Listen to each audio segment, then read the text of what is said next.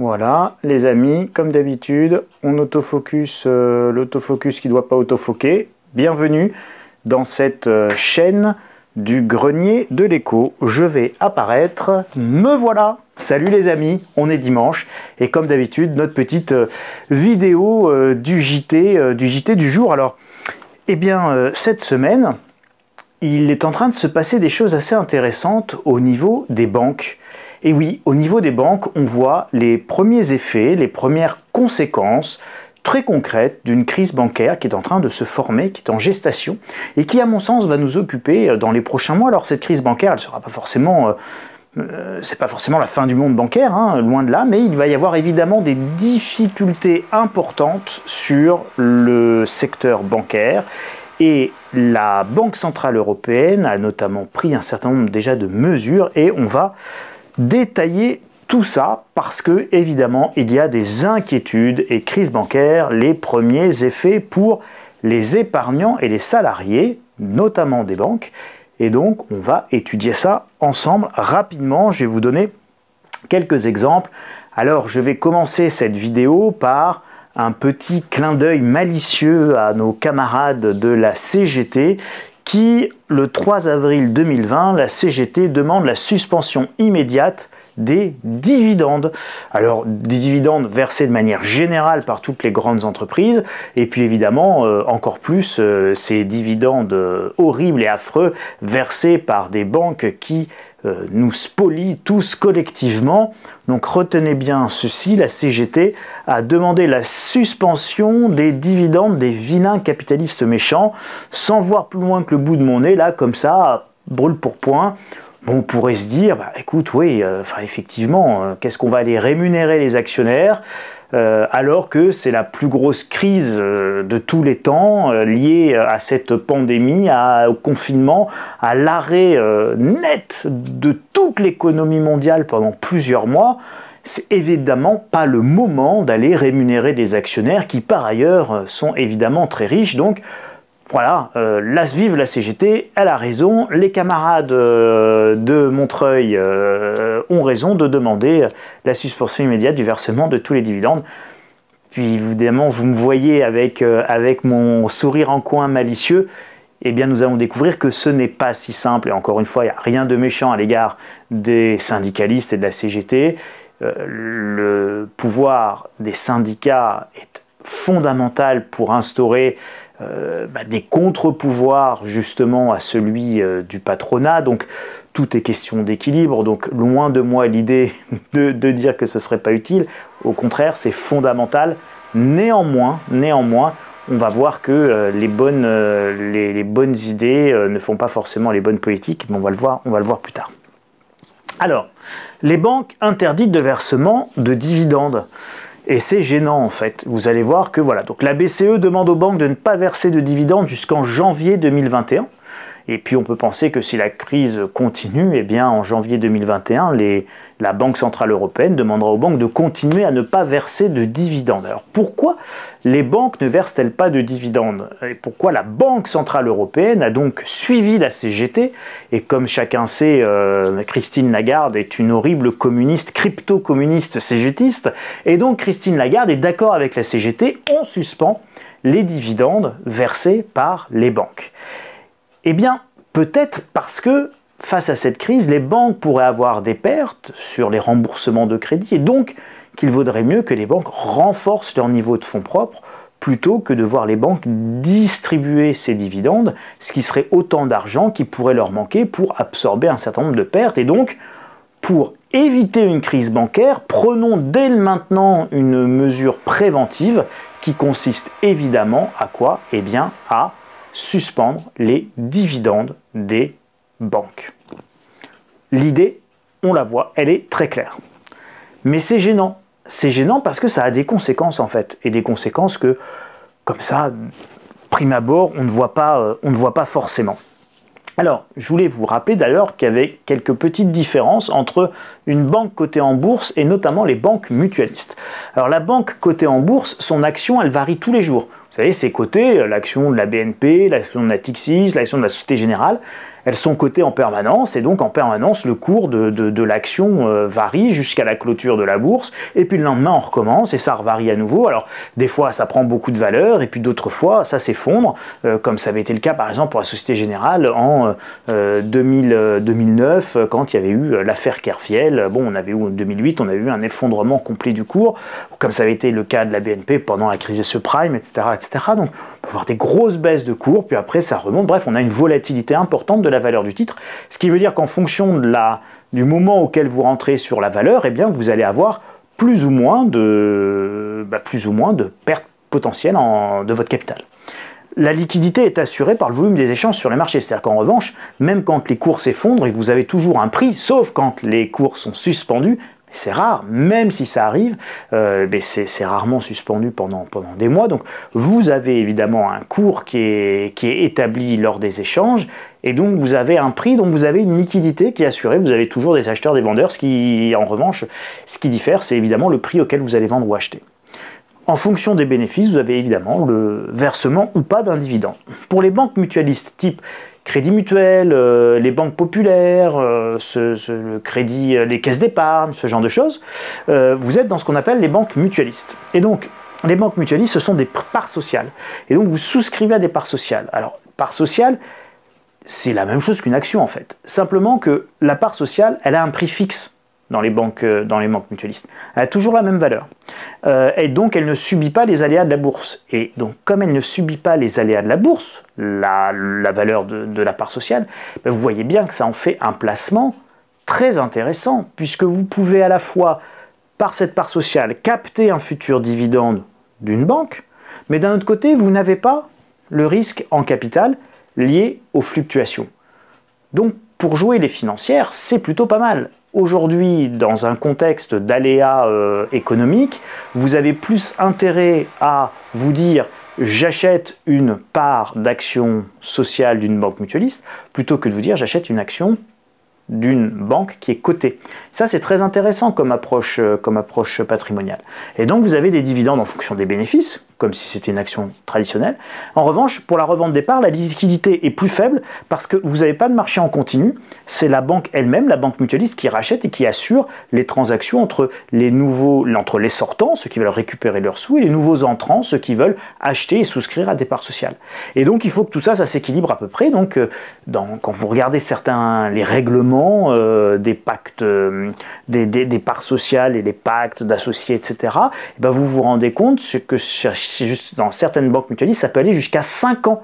On peut vous dire, voilà, on peut avoir besoin d'un délai de jusqu'à 5 ans pour vous donner vos sous, de vous rendre vos sous de part sociale. Donc attention, c'est un placement qui n'est pas forcément extrêmement liquide. Et donc, je vous disais, ça pouvait être une idée patrimoniale intéressante. Et regardez, c'était 2 articles que je vous ai mis là. Part sociale des banques, c'était un article de Capital, me semble-t-il. Des banques mutualistes, un produit d'épargne qui a ses avantages. Ou encore part sociale, ce bon placement réservé aux clients des banques populaires, des caisses d'épargne, du crédit agricole et du crédit mutuel. Et oui, donc vous avez des milliers de nos concitoyens qui ont souscrit massivement des parts sociales de ces banques mutualistes. Et donc, vous retrouvez avec le communiqué de presse ici présent de BPCE, Banque Populaire, Caisse d'épargne, mais aussi certaines caisses de crédit agricole, ou encore le crédit mutuel, comme on le voit ici, verse ses dividendes, mais cette année, il n'y aura pas de sous-versés. Ce sera des dividendes versés sous forme de parts sociales nouvelles. Donc en fait, comme la Banque Centrale Européenne a dit, Verboten interdit le versement des dividendes, et que les banques veulent essayer de quand même rémunérer un petit peu leurs actionnaires, alors ici on parle de sociétaires, eh bien elles vont donner en rémunération, au lieu de verser un dividende, elles vont verser des parts sociales gratuites. Mais des parts sociales gratuites que vous ne pourrez pas revendre avant un certain temps, parce que sinon, en fait, tant que c'est bloqué et tant que la BCE interdit de toucher de manière financière ce dividende, eh bien vous n'aurez pas le droit de transformer ces nouvelles parts sociales en argent sonnant et trébuchant. Donc jusqu'en janvier 2021, vous ne pourrez strictement rien en faire de vos nouvelles parts sociales. Et donc vous vous retrouvez un petit peu coincé et finalement pas rémunéré. Or, vous avez beaucoup de Français qui utilisent les parts sociales comme un placement alternatif au fonds en euros des contrats d'assurance vie, par exemple, parce que c'est un placement qui est à la fois très sécuritaire, parce que la part sociale n'est pas censée fluctuer, ni à la hausse ni à la baisse, mais enfin, vous êtes censé retrouver votre capital, il y a une forme de capital garanti tant que votre banque coopérative ne fait pas faillite. Le seul cas où vous ne retrouveriez pas vos sous, c'est si ces banques-là faisaient faillite, et là, effectivement, en tant que sociétaire, vous seriez ruiné. Donc là, voilà une conséquence très concrète, c'est qu'aujourd'hui, les centaines de milliers de nos concitoyens qui ont des parts sociales dans des banques mutualistes, donc qui par nature ne sont pas des horribles capitalistes qui spéculent à la bourse et qui ont au contraire un engagement qui est plus un engagement mutualiste, et donc on est moins dans le cours de bourse, l'appréciation de son capital. Non, on a juste besoin d'un placement un peu sécuritaire, un peu garanti avec le capital. On a besoin également d'un petit peu de rendement pour faire par exemple un complément de retraite. Et ben, on se retrouve sans rien aujourd'hui. Donc c'est assez frappant. C'est quand même la première fois que ça arrive. Mais vous avez un autre effet de cette suspension des dividendes. Regardez, les banques françaises tentent, à un article de la GFI, de préserver la paix sociale. Épargne salariale, la double peine en période de crise. Et oui, pourquoi la double peine en période de crise? Alors là, ça concerne aussi bien ça concerne plus les banques cotées que les banques mutualistes pour leurs salariés. Si vous prenez la BNP, la Société Générale, salariés des banques qui sont cotées, eh bien, ces salariés-là, ils ont en général un PE, un plan d'épargne entreprise. Et dans ce plan d'épargne entreprise, en général, ils n'ont que des actions de leur employeur parce que généralement, ils bénéficient de systèmes d'abondement quand ils souscrivent que des actions de leur propre employeur. Donc, quand moi j'étais à la BNP, eh bien évidemment, on avait un abondement. Donc, on nous offrait, quand on souscrivait, quand on plaçait l'argent qu'on nous versait de primes, des participations et des intéressements, qu'on les versait sur le PE et que sur le PE, on achetait des actions de la BNP, eh bien, on avait un abondement de l'employeur, ce qui faisait qu'on nous donnait encore plus de sous pour acheter, mais que des actions de la BNP. Et donc quand ça va pas bien, que vous êtes salarié de la BNP ou salarié de la Société Générale, peu importe, c'est pas le sujet de savoir quelle banque, ça concerne toutes les banques de la place, et que vous vous retrouvez avec une crise financière, avec une crise économique, vous avez évidemment le cours de l'action qui baisse. Donc la valeur de votre PE et de toutes les actions que vous avez accumulées de votre employeur, et cette valeur de votre plan épargne entreprise, il baisse. Première peine. Deuxième peine arrive là-dessus, la deuxième lame gilette avec la BCE qui a décidé de suspendre les dividendes. Mais intéressement et participation proviennent de quoi? Eh bien, intéressement et participation proviennent de la participation aux bénéfices, de l'intéressement aux bénéfices de votre entreprise. Quand vous suspendez le versement des dividendes, par nature et par définition, vous suspendez la participation des salariés à ce partage de la valeur ajoutée, et donc ils ne peuvent plus percevoir leur part de rémunération variable sur les dividendes qui ne sont pas versés, donc exit participation et intéressement, et donc là vous vous retrouvez avec encore une fois une deuxième peine et la deuxième lame gilette qui vient saccager vos revenus. Alors, pas de dividendes pour les actionnaires ou les sociétaires, pas de participation et d'intéressement pour les salariés. Pour les salariés des entreprises cotées, baisse des cours, baisse des PE et pas de participation. Donc on est vraiment dans quelque chose qui est significatif pour le revenu de centaines de milliers de nos concitoyens. Le secteur bancaire, c'est 500 000 personnes qui y travaillent, et je peux vous assurer que sur les 500 000 personnes qui y travaillent, vous avez beaucoup plus de banquiers d'en bas et de guichetiers ou d'agents d'accueil que vous n'avez évidemment de traders en salle de marché touchant des millions de dollars et d'euros de bénéfices. Alors, je referme mon petit clin d'œil sur la CGT qui, lorsqu'elle demande la suspension immédiate des dividendes, eh bien en fait, en demandant la suspension des dividendes, les syndicats ont obtenu une diminution de salaire de leurs adhérents. À noter que la CGT a été entendue, les dividendes bancaires sont suspendus, les avantages salariaux aussi. Donc en réalité, en demandant la suspension des dividendes, alors évidemment, les vilains capitalistes n'ont pas été rémunérés sous forme de dividendes, mais les salariés non plus. Ils ont perdu intéressement, participation et pour des centaines de milliers de sociétaires, vous avez également une perte de dividendes versés et bien souvent ceux qui sont sociétaires, encore une fois, ne sont pas dans une démarche de banque mutualiste, ne sont pas dans une démarche capitalistique outrancière. Donc voilà, les bons sentiments ne font jamais les bonnes politiques et ceci encore une fois ne retire rien à la nécessité de la lutte syndicale, mais c'était juste un petit clin d'œil. Alors que retenir ? La suspension des dividendes pose évidemment des problèmes à des milliers d'épargnants et à des centaines de milliers de salariés qui en avaient fait un placement alternatif pour les parts sociales. Cela pose problème aux salariés qui ne perçoivent plus d'intéressement. Pourtant, il est nécessaire de renforcer le bilan des banques, mais cela a des conséquences désagréables. Et oui, cela a des conséquences désagréables. En économie, en réalité, ce qu'il faut retenir, c'est qu'il n'y a pas de repas gratuit. Et à un moment donné, il y a forcément une conséquence désagréable à ce que l'on fait de mal, ou ce que l'on fait de pas bien, ou ce que l'on fait de mauvais, ou quand on prend un chemin qui est le chemin de la facilité. Autre petit élément que je voulais également vous donner, c'est qu'on entend souvent parler du système de réserve fractionnaire, comme si les banques pouvaient créer à partir de rien, je parle des banques commerciales, pas des banques centrales, autant de monnaie qu'elles le souhaitent. Et ben non, justement, le système de réserve fractionnaire, il n'est pas total. C'est pas des banques commerciales qui créent autant de monnaie qu'elles le souhaitent, sans qu'il n'y ait de limite à leur création monétaire.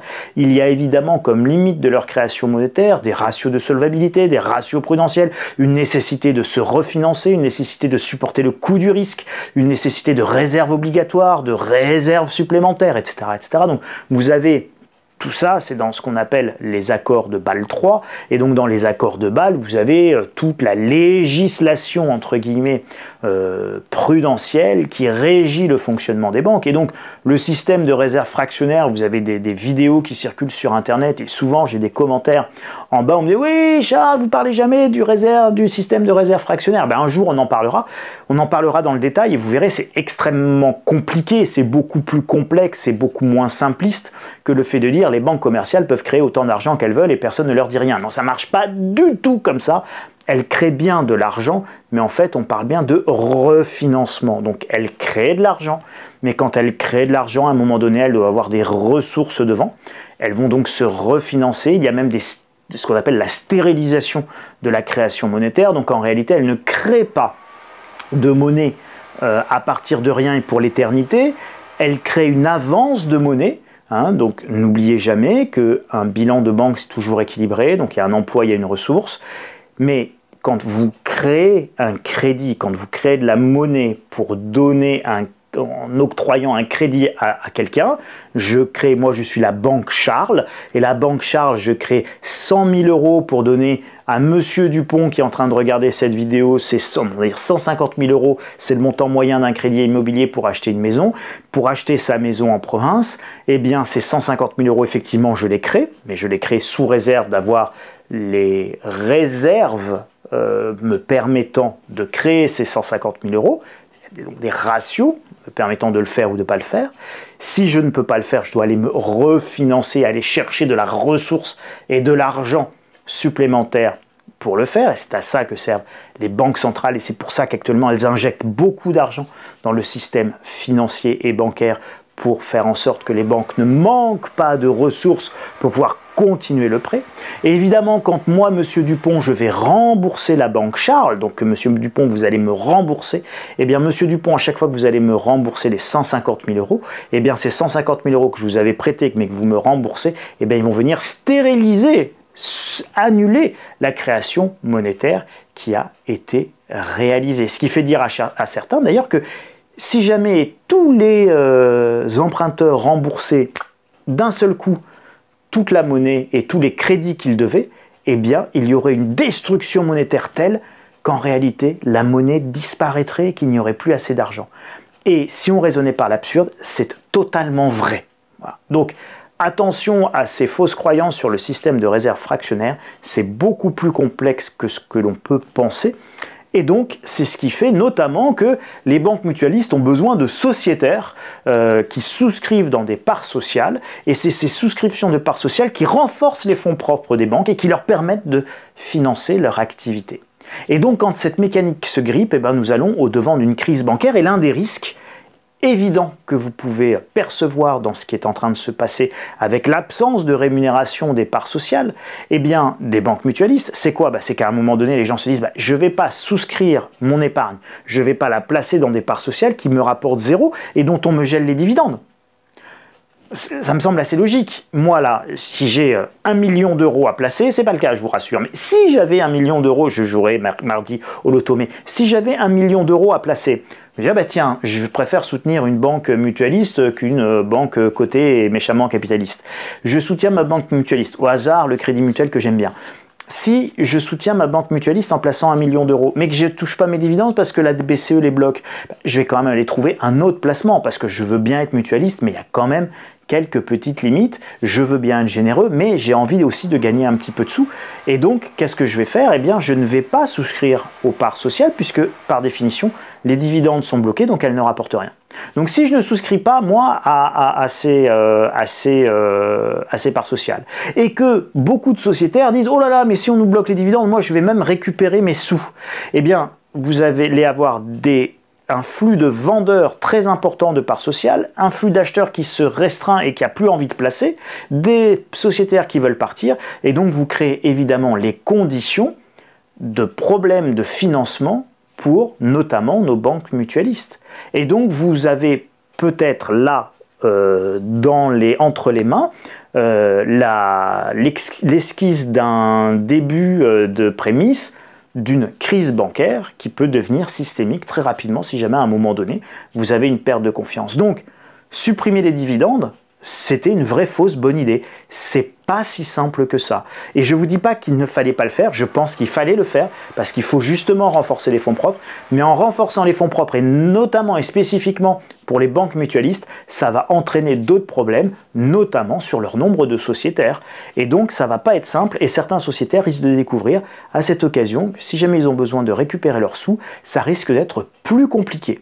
Alors, petit conseil supplémentaire, si vous avez besoin de récupérer vos sous parce que vous en avez beaucoup sur des parts sociales de banques mutualistes, n'attendez pas et faites-le très rapidement. La liquidité pourrait être amenée à se dégrader, ça ne veut pas dire qu'elle va se dégrader, ça veut dire qu'elle pourrait se dégrader si la crise continue ou s'aggrave. De la même manière, si vous avez besoin d'un petit peu de sous partiellement et que vous auriez voulu vous faire payer vos dividendes, eh bien ce que vous pouvez faire, c'est comme vous ne pouvez pas vendre les parts sociales nouvelles que l'on vous donne, vous pouvez toujours vendre des parts sociales anciennes. Donc si on vous donne, je vous dis n'importe quoi, en équivalent de vos intérêts, 10 parts sociales à 15 euros, c'est-à-dire 150 euros, et que vous avez besoin de ces 150 euros, eh bien vous revendez 10 anciennes parts sociales que, elles, vous avez le droit de négocier et de revendre pour monétiser, entre guillemets, indirectement ces nouvelles parts sociales que l'on vous a données. Eh bien vous pouvez les monétiser indirectement, en réalité en vendant des anciennes, en gardant ces nouvelles, et en attendant de pouvoir négocier ces nouvelles parts sociales. Voilà ce que je voulais vous dire.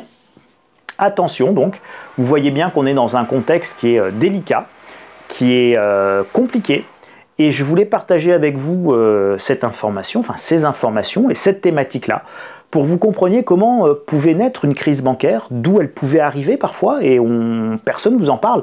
Personne ne vous dit, tiens, regardez là, regardez ce qui se passe là, il y a un potentiel risque. Encore une fois, ça ne veut pas dire que ce risque va se matérialiser, on espère même qu'il ne va pas se matérialiser, mais mon petit doigt me dit que nous allons vers des moments de tension importantes, notamment sur, évidemment, le marché bancaire.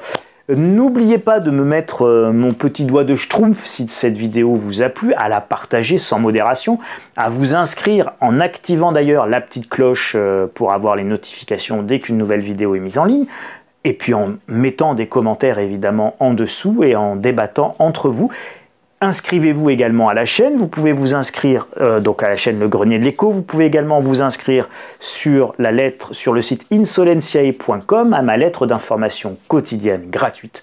Et puis évidemment à la lettre stratégie dans la boutique du site Insolentiae. À noter que d'ici 2-3 jours, vous allez recevoir un flash stratégie consacré à la pandémie et à ce que l'on peut craindre. Prochaines étapes et évidemment autres conséquences économiques que l'on va subir. Donc un petit point de situation que j'ai fait pour tous mes abonnés et que je vais mettre dans vos espaces lecteurs d'ici, je pense, une journée ou deux, grand maximum, et vous pourrez lire. Je ferai soit une petite vidéo, soit en tout cas j'en ferai un article sur le site Insolentiae pour vous prévenir. Voilà de la parution. Voilà ce que je pouvais vous dire. Je vous invite à passer une excellente semaine, les amis. Je vous retrouve dimanche prochain pour une nouvelle vidéo dans le grenier de l'écho. Merci, à bientôt, prenez bien soin de vous, soyez prudents. Salut les copains, salut les amis.